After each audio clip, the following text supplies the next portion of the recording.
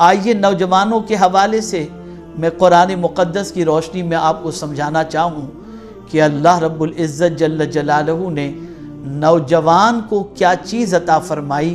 پروردگار جل جلالہ ارشاد فرماتا ہے اللہ الذی خلقکم من ضعف، اللہ تعالیٰ ہی ہے جس نے تمہیں ابتدا میں کمزور پیدا کیا۔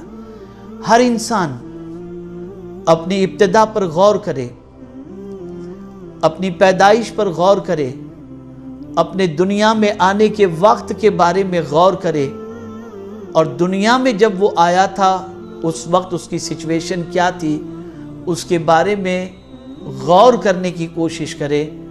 تو آپ اور ہم جب غور کریں گے تو قرآن مقدس کے فارمولے کے طور پر اس کی روشنی کے اندر اگر ہم دیکھیں تو یقیناً ہماری ابتدا کمزوری ہے۔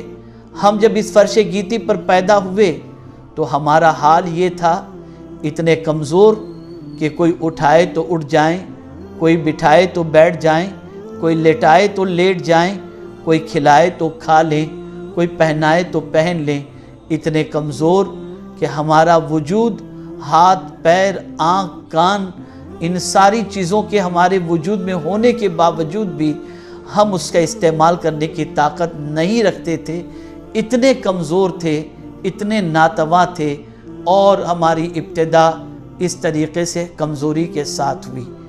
اللہ عز و جل ہمیں یہ باور کرانا چاہتا ہے کہ میرے بندو، میں نے تم کو پیدا کیا اور تمہیں کمزوری میں پیدا کیا، ناتوانی میں پیدا کیا، اور یاد رکھو پھر میں ہی ہوں جو تمہاری کمزوری کو میں نے دور کی۔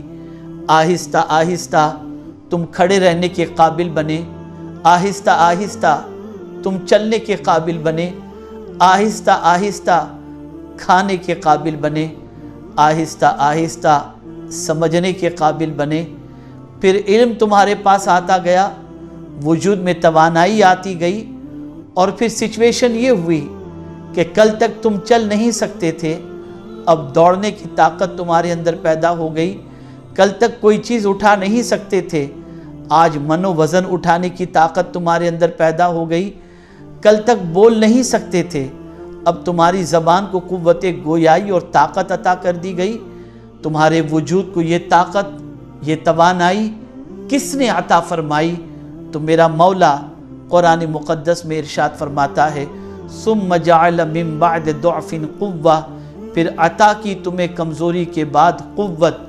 تو عطا کرنے والی ذات خدا کی ذات ہے، پالنہار حقیقی کی ذات ہے، معبود برحق کی ذات ہے، احکم الحاکمین کی ذات ہے، جس نے ہماری ابتدائی کمزوری کو دور فرما دی، اور پروردگار جل جلالہ نے ہمیں طاقت عطا فرمائی، ہمیں قوت عطا فرمائی۔